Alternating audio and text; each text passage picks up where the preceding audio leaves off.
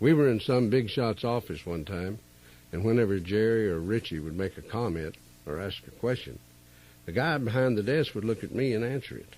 After a couple of rounds of this, I could see the hurt in the band's eyes. The next day, I was going back to the same office. "Come on, guys, let's go," I said. "Nah," they answered, "we're going to hang around the hotel." Well, they'd been with me through thick and thin, and I tried to let the powers that be know how I felt. We'd been hungry together, I told them. My band is here for the long run. "Well, you don't bring your own cliques to Nashville," they told me. "You don't bring sidemen down on Music Row." I took it all in. "Those guys are with me," I said. "Now, they've been everywhere with me. And if they can't be there, then I won't be there. If they're not welcome, I'm not welcome either," and I walked out. It was the same closed society at sessions. They didn't understand the concept of a band. They let me use Richie, or they'd let me use Jerry Gropp. Then they treated them like aliens. It was either you play the road or you play sessions. Now, they actually got mad when I wanted to use my band on my recordings. "Well, road musicians can't play in the studios," they said. And I'd say, "Why not?" And they'd say, "They're just not smooth enough." And I'd say, "Yippee." I always wanted a live sound in the studio, and now we're getting somewhere. I like things that weren't perfect.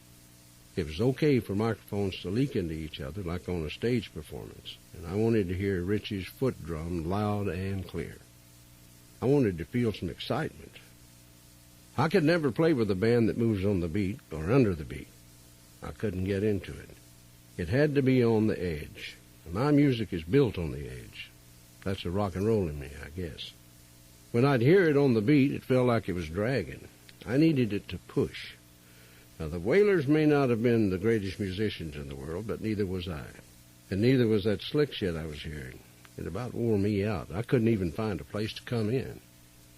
I had to figure Chet Atkins out. When I first got there, whether we worked together or just sat around and talked, he was real quiet. It didn't take me too long to understand how he responded to things, to read him, to see what reaction I could get out of him and know when I had him. For Chet, a smile meant, "That sounds pretty good." And a grin was wonderful out of him in the studio. If he said, "Man, I like that," well, it was probably going to be a #1 record. I often fantasized what it would be like to be out in the studio recording with Chet, and he'd get up in the control room, stand on top of the console, jump through a plate glass window, rise up, wipe all the blood off, and yell, "God damn, that's a smash." Then I'd like to say, "Could I try it just once more?" Chet wanted me to be myself, but he wanted me to be myself with musicians he knew were great and he'd been relying on. Chet had his comfort zone. A drummer that never wavered, a piano player that tickled down the same ivories, a smooth backing vocal from the Jordanaires or the Browns or the Anita Kerr singers. If the truth be told, Chet and I respected each other's intelligence. I always had ideas, and he liked watching me make them happen. He wanted to see where I was going.